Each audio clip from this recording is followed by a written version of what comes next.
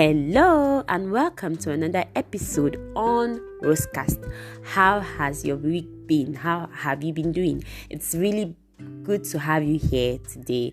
I'm happy to have you here today to listen to today's podcast. Today's topic is going to be on protecting your image or protecting your self-image, as you want to put it. I'm going to talking about having a discussion with you on that topic. Now, when I say discussion, I know that you are not here discussing with me, but you could always discuss with me after listening to this podcast. You could send in your messages and I would respond to you. As I was thinking on this topic, a previous topic came up to mind, and that is fit in. So if you want to really get a grasp of more of this topic, or if you want to just really get where their similarity is coming from, I'll kindly encourage you to do listening to fit in. And by the way, if you've not listened to the trailer for this podcast, please do go check the trailer for this podcast. I'm sure it's going to make you a bit cheerful. But yes, Rosecast platform is meant to really share with you from personal experiences. And that being said, today's podcast certainly is coming from a personal experience, something that really made me to think about this topic more. So what are we waiting for? Let's ride into today's topic.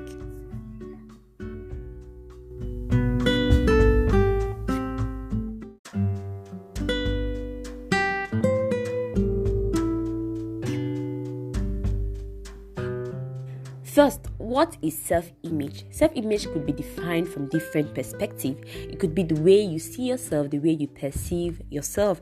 It could also be the way other people perceive you. So it's like a two-way thing. There's a way you perceive yourself, there's a way you understand yourself, and there's a way people perceive and understand you as well. There's a way other people see you. That's what I'm trying to say. There's a way people see you. There's a way they understand you to be. Lest I repeat myself. So now, I would just say that by the time you're an adult, you should have had a sort of understanding of who you are, of the way you do your things, of the things that bother you, the things that you are interested in. I'm not saying it is definite, but I believe that by the time you are in your 20s, in your late 20s, in your middle 20s, by that time you already have a sort of understanding of the person that you are. Now, some people may be on a journey to that point, which may still take more time, but I believe that by that age, you should have had a sort of basis of understanding yourself, hoping to work on it to improve on what you've understood about yourself. It means you understand what you like, what you don't like. It means that you understand the way you respond to different situations. It means that you understand what you can handle, what you cannot handle. It means that you just understand the way you flow. And it doesn't mean it has to be perfect. It doesn't mean that you certainly know everything, but at least you have something to work on. So self-image is certainly just like your package. Now, it's left for you. It depends on you to express or to show a part of you that you want. It's left for you to package the self that you want other people to see, or you want people to just see you as an original, to see you as who you are. But anyway, self-image, it depends on two-way and how you define it and from which angle you are coming from.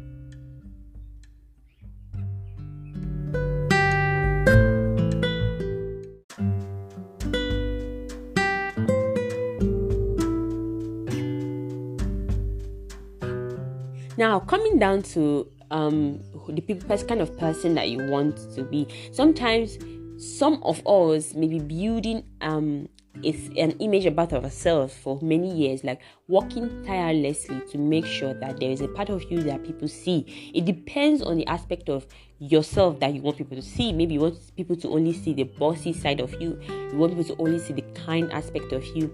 You want people to only see the intelligent aspect of you. Depending on the image you feel more comfortable to let the world know about, that is the image that you are going to work on. Now, that being said, it means that if you are very sensitive about your vulnerable aspect or about things that you are afraid to show everyone, you will try your possible best to make sure those aspects of yourself are well hidden, because you don't want anybody to poke on those places. And if anybody happens to poke on those places, then it triggers something in you that is not very good.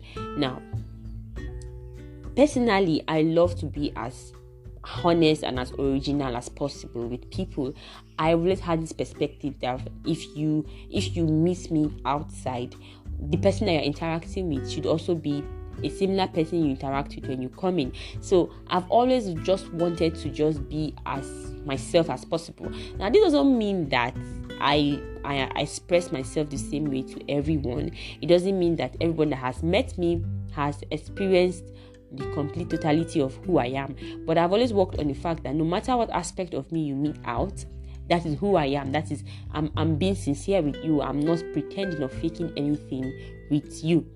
However, this brought me to note the fact that everyone still has a way they will perceive you. Sometimes, no matter how much you may try so hard to build a particular image about yourself, people can still choose to see the part of you that they want. Now, this also brings me to say that I have been working so much in making sure that people see me in a certain way, not as per pretending per se, but like there is an aspect of myself that I really love people to experience more. Unfortunately, sometimes I just get into situations that it seems to be with certain people. They always get to experience just a part of who I am. Then at the end of the day, I'm feeling like, oh my goodness, I didn't want you to just see this part of me. There are other aspects of me. What have I learned from this thing? I've learned that I don't need to work up myself too much to make sure that people only see an aspect of me.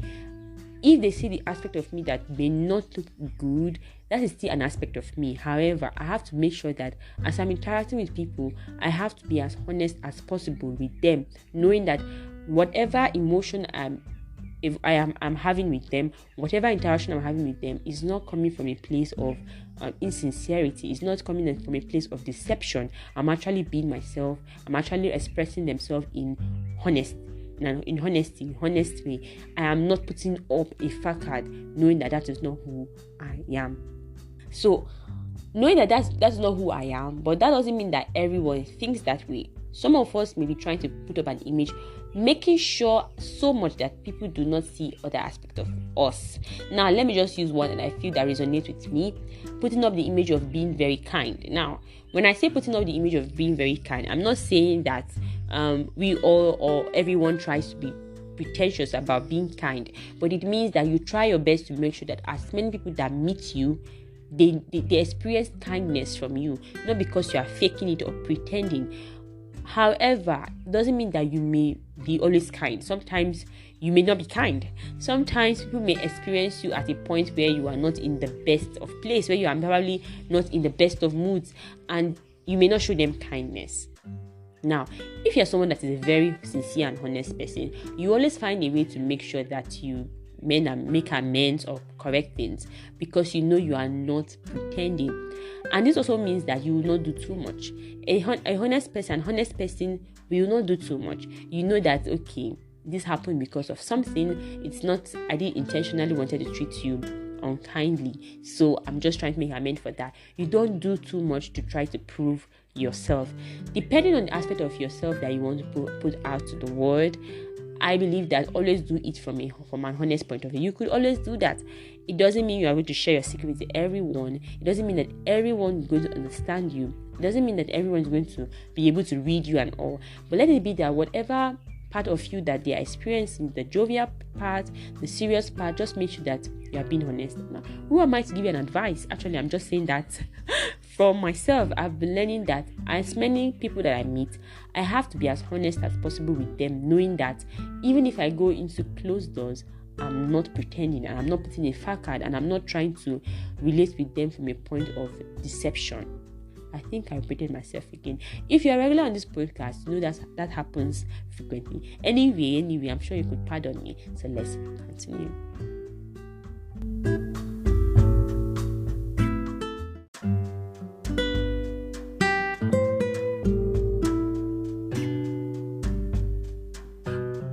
Now, continue on the point that people would see you based on how they want to perceive you. The truth of the matter is that everyone still has a choice on how they choose to do what they do. So sometimes, no matter how much you are kind to some people, no matter how much you are understanding, you are caring, you are considerate, it doesn't mean that others will be the same to you. So if you hinge your understanding and identity about yourself around what people say, you are going to be frustrated. I can really say this from a personal point of view. I had to come to a point where I had to just make the choice, and I am still making the choice to just make sure that whatever I'm doing, and I know that I'm doing it from a pure heart, from a good standpoint, and I don't have to really be so bothered about, okay, how does this person see me? How does this other person see me? Because everyone is going to have a different way they see you. But if you're a honest person, if you're a very consistent person, one way or the other, there's an attribute about yourself that can resound, or that will resound with as many people that meet you. And if that attribute is a good one, which it should be, it's certainly going to resound among people that have met you. Despite your flaws, despite the other aspect of yourself that they may have experienced that were not very good, the fact that there's something about you that is sincere and honest and is good is going to resound among the people that have met you. But really worrying yourself so much about how many people view you can be frustrating, because some people would only choose to see the bad in you. Some people will never ever want to see that you've done something good, or that you are a good person, or that you are making effort. Some people only choose to see the bad in you, the worst in you, and that happens. That's life, and that's just something about life that every one of us have to just deal with and cope with. So yes, that it is. I have learned that carrying the weight of always trying to view myself in the lens of every other person is just very stressful, and I don't need to bear that burden, and God does not want me to bear that burden, and you do not have to bear that burden. It doesn't mean that if there's something about you that is not good, that people have mentioned and have spoken to you about and have tried to reach out to you and say, okay, why don't you just work on this? It's not good. Maybe you are too rude, maybe you are rude, maybe you are not honest, maybe you are a liar. If it's something about you that has resounded over time that is not good, and people have mentioned it to you, it is worth looking into and trying to correct it. However, always trying to make sure that you meet everyone's standard is only going to frustrate the life out of you. And like I said, I'm talking from a very personal experience. It is a very heavy weight to bear. Just make sure that whatever you are doing it from the good point of view. And if people don't get to understand where you're coming from, and you have an opportunity to express and explain yourself, please do. But if you do not have an opportunity to express or explain yourself, that may be a good sign that you should just keep quiet.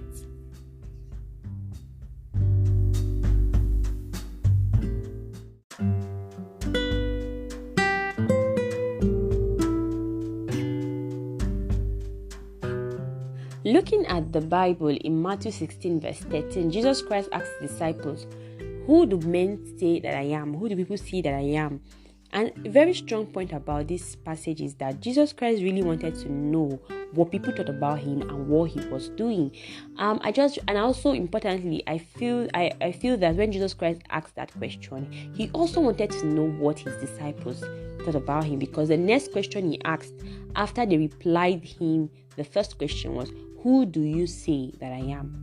And Peter, inspired by the Holy Spirit, said, you are the Son of the living God. And Jesus Christ in response said, the arm of flesh revealed it to you, only the Holy Spirit revealed it to you. I'm paraphrasing at least. In Matthew chapter 6 verse 13 downwards, that's where this story is taken from. Jesus Christ wanted to understand what people saw him as and their understanding about what he was doing. And it also shows the fact that there's an importance to how people view you. There's still an importance. There's still a relevance to how people view you, because it gives an idea into the kind of impact that you are making in the environment, the kind of aura that you are sharing. And sometimes, if you do not understand the way people view you, you may not be able to really work on some things. It means that you'll not be able to give you will not give attention to things that may need attention. As much as people's perception about you does not override your perception about yourself, does not override God's perception about you, which is very much important, it doesn't mean that it's irrelevant. It's still important to know what you are putting out there. There were times that I felt that people saw me as being very strict and being very harsh and all. And at some point, after giving some thought to it, I saw some of the things that I was doing that may have put me up as that. And as much as possible, I've been working on that, and I've been making effort to do better at that. But like I said, the downside is trying to weigh yourself on everybody that you meet, because you won't be able to meet everyone's expectation. Also, in Proverbs chapter 22 verse 1, it says, a good name is better than riches, and having favor than silver and gold. So very important, having a good name is better than riches.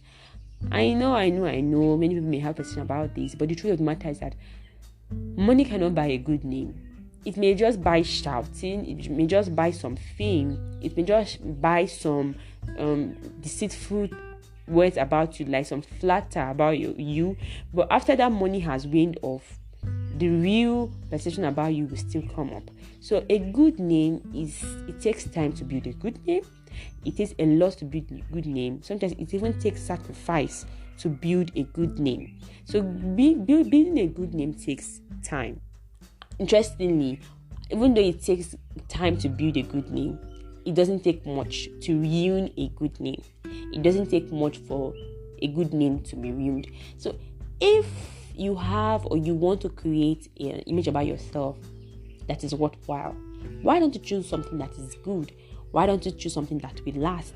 Why don't you choose something that is worthwhile? Why don't you choose something that is healthy, that is impactful? I know all this thing I'm saying may be like, but that's the truth. A good name takes time to build. It takes a lot to build a good name, and it is possible to build a good name. I know some people may forcefully try to build a good name and hide their deceitfulness, or their fake life. But that's not what I'm trying to encourage on this platform. No. Honestly, be yourself. Grow, transform, but as you are transform into something very good. Transform into something that is worthwhile. Transform into something that will last.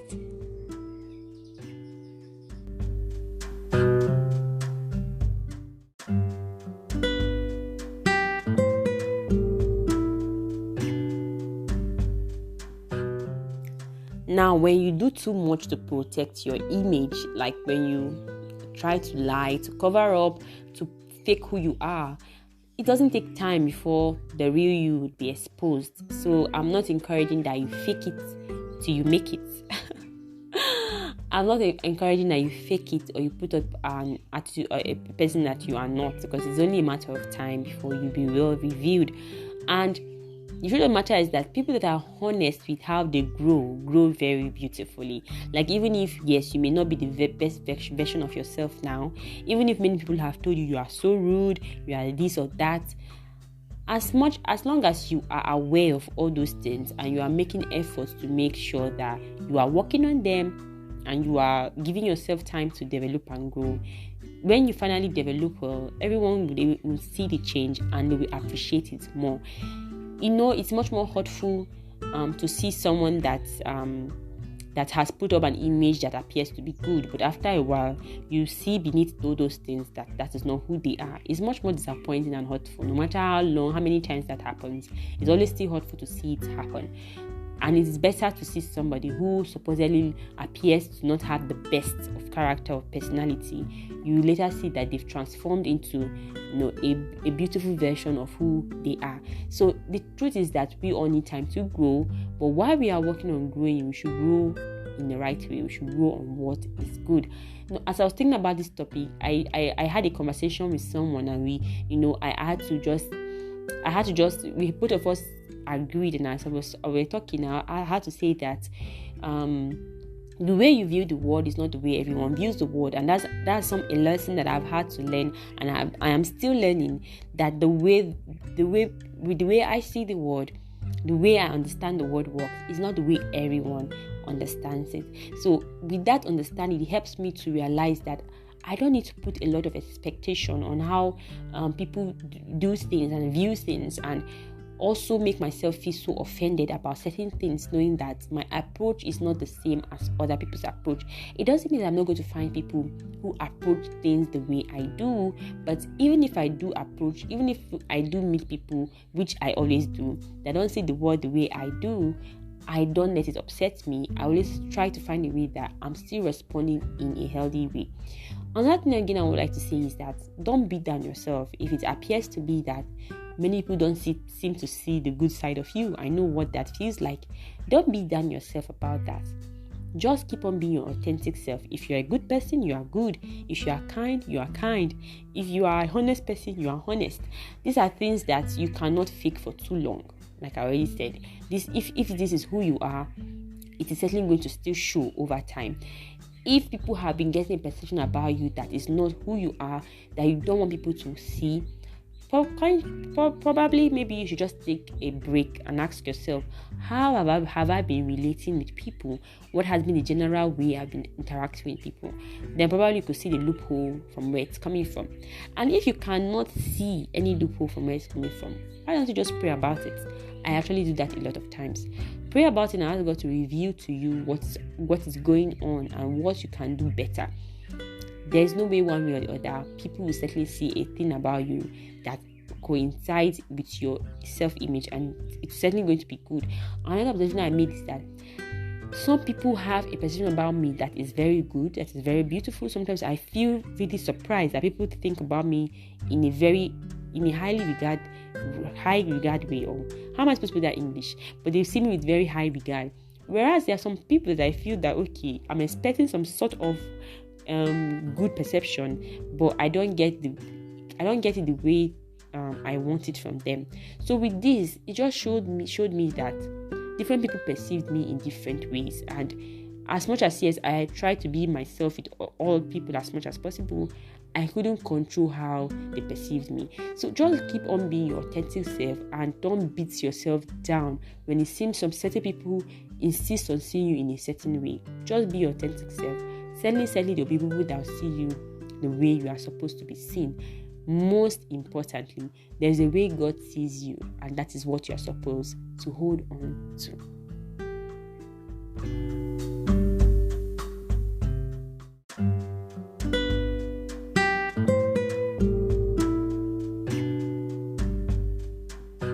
So the way God sees you matters a lot, and the Bible is full of so many ways that God sees you. God sees you as the apple of his eye. God sees you as his daughter, as his son. God sees you, as one that he loves, as a person that he loves, as a person that he's willing to sacrifice for, as a person that Jesus Christ was worthy enough to die for. So God sees you in such a way that's worthy, that is relevant, that is I'm looking for another word to use, but God sees you in a very beautiful way, and that's always the lens I always like. I love to go back to look at myself through. Sometimes when I'm overwhelmed by things happening by myself, sometimes when I feel that I'm beating myself down too much, I just go back to the way God sees me, and I meditate on the way God sees me, and it always gives me hope. So you have to also know how God sees you, and when you see yourself through the light of God's word, through the light of God's instructions, through the light of what God has said to you, it helps you to know what you are supposed to accept and what you are not to accept. If people are calling you something that you know you are not, from the light of God's word, you reject those things, knowing that that is not who you are. So it doesn't mean that you accept everything that comes to you. Some certain things are just suggestions of the devil to you, to make you feel down, to take away your strength, to take away your drive for life. So it's good to always know that there are suggestions that come from the devil that will try to ruin your life, and he would come to you as well. He could use people, and he could also come to you. So I always love to go back to the way God sees me, and when I meditate on it, I realize that yes, the way I've been seeing myself and the way some people may see me certainly is not the right way that I should also see myself through. So see yourself through the lens of God's eyes, and that is the perfect image to portray. That's the perfect image to portray the fact that God sees you this way, and that is beautiful. And if you are seeing yourself through the lens of God's eye, and you feel that, oh, I'm a sinner, I'm not worthy of God's love, I'm not worthy of anything good from God, that is a lie. That's not true. If you feel convicted of your sin, you just have to simply ask God for forgiveness, and that's it. And if it's a situation where you have to make restitution, you have to apologize, you have to make amends, then certainly do, and that is it. You are good to go. Any other word that will come from there to condemn you is not from God. It's coming from the devil to take you away from the light of God's word. So yes, this is an encouragement to you, whoever is out there that's still feeling that way.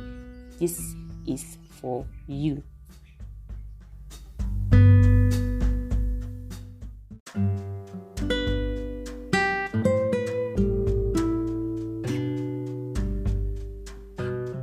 And with that being said, we come to the end of today's podcast. Thank you for being here. It was a pleasure having you. I hope this podcast blessed you. If it did, do not hesitate to share it to others so they could listen and be blessed as well. Do not hesitate to also subscribe to this podcast to be up to date whenever I post. And also, the link attached to this podcast platform will lead you to other aspects of my creative platforms, to my blog post, to subscribe to my email listing, to my vlog, and to my seller shop where I sell my books, which are just in their e-forms. So yes, this is you could find me in other places where you click the link attached to this podcast platform. Do you have anything to add to this topic? Do you have a question to ask? Do you have anything that you want to say? Do not hesitate to reach out to me through the contact button, or if you are using Anchor, through the voice message button. And if you're on Spotify, there's a column for answering a question which is attached to this topic. So do kindly respond to that as well if you are listening via Spotify. So until next time on Rosecast, stay safe and God bless. Bye-bye.